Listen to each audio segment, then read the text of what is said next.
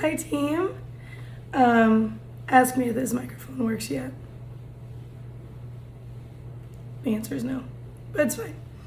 I'm gonna still use it because I like the way it looks. Here. Happy reset week 1. This video is a little late because when I was meeting with y'all, as things were coming up, I wanted to just have some of those conversations before I jumped in to the video so I could kind of see where everybody was with everything. And so if you remember on the form, week 1 was about self-talk. And starting week 1 with this was important to me because our verbiage, our self-talk, our internal dialogue, all of that really sets us up for how successful we're going to be in the long run.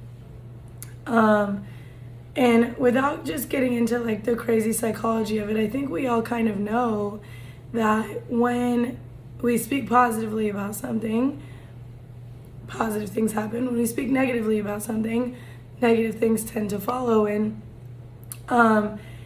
however, we just don't apply this principle to our fitness lives very well, right?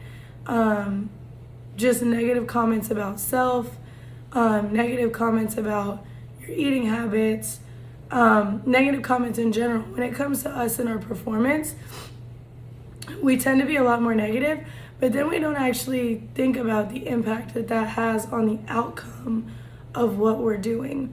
And that's mainly, and I'm going to keep this short, but that's mainly where I want us to look a little bit deeper and focus into.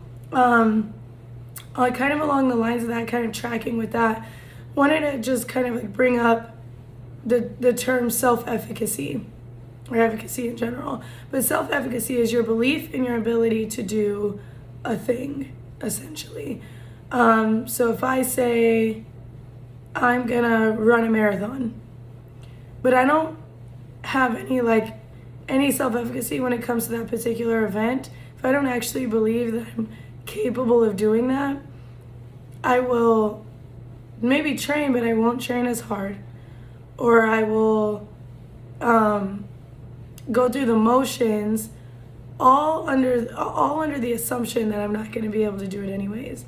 And so that affects my effort all the way through, which then affects my outcome.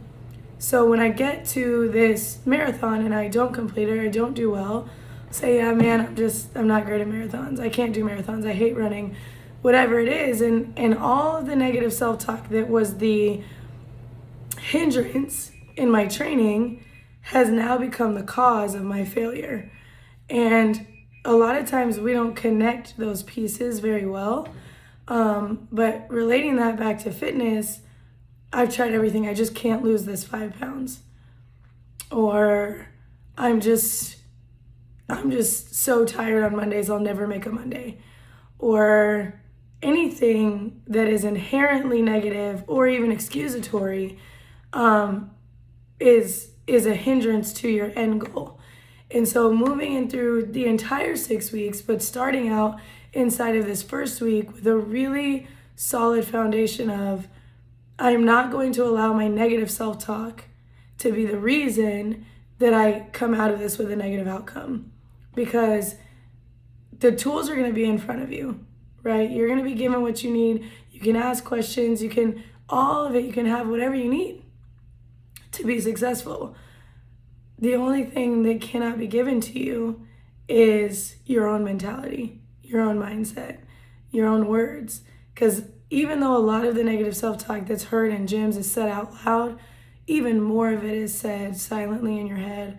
Say when you go home and you deviate, or you don't fit like you want to fit in the thing, or you step on the scale even when you've been told not to, whatever the case may be, that negative self-talk is going to be the catalyst to a less than ideal outcome.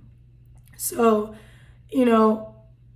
in saying that, I'm not saying, wake up in the mirror every morning and be like, I am a amazing, wonderful, fabulous being, and da-da-da-da. The thing about self-talk that makes it so effective is that we believe it. Self-talk that you don't believe isn't gonna get you very far. And I get fake it till you make it, but you know if you're lying to yourself. I'm not gonna wake up in the morning and be like, I am organized. I am da-da-da.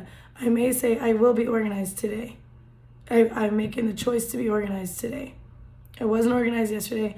I will be organized today, and here are the steps I'm gonna take to do it. Instead of, I'm just a disorganized mess that I can't do whatever. Or I'm just an organized person and expecting my manifestation of organization to just come to fruition in my world. It's not gonna happen that way. So you can't jump from speaking negatively about yourself or your goals or whatever it may be, whatever the underlying narrative is, to lying to yourself. And you may not be lying, but you don't believe it. So effectively, it's not true. Speak to yourself realistically, but positively at the same time. So instead of waking up and going, ugh, my thighs are so big, I hate my legs, you could say, my legs do a lot for me during the day, and I appreciate the form that they've taken to do that. While I try to change it, I'm gonna appreciate that they carry me quite literally throughout the entirety of my day. Or, oh, I'm just so lazy, I just can't get to the gym. I really don't feel like going to the gym today, but I'm gonna get up because not going is worse than having to go. I would rather the consequences of going than the consequences of not going. Just reorganize your speech so that it's not just negative and then full stop. That's not where we want to go. And you're also not a unicorn, so don't pretend like you are. Love us all, but we all have flaws. We're not perfect, and we can't lie to ourselves about our flaws just in the name of being positive. Just be realistic, avoid negativity, and then give yourself credit. Whatever the thing is, if I get to the end of my day and I have a super organized day or super productive day, I'll either tell myself or tell somebody I know, I have a super productive day. I'm very proud of myself. I'm very proud of what I did today. And sorry, somebody's calling me. I got nervous. I messed up the video. And taking those little steps, recognizing those little victories, those are motivators in and of themselves. And motivators are always fleeting.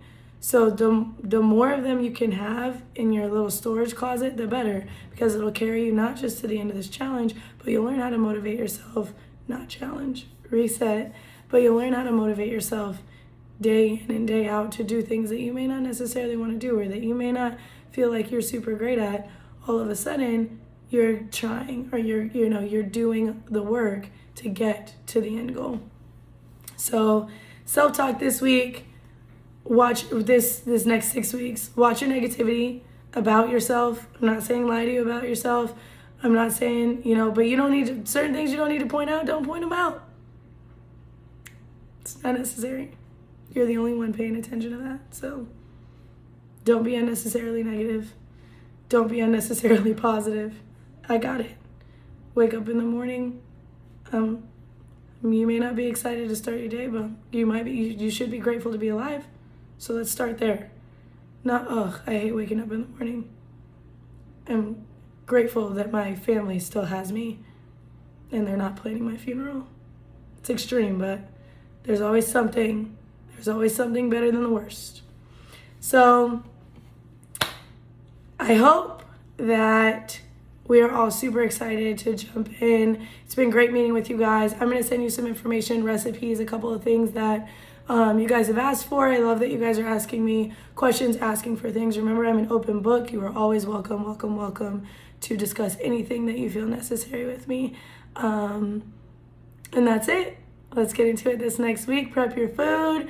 Remember, you're not cheating, you're eating. Just do the best you can every single day. 1% better every single day.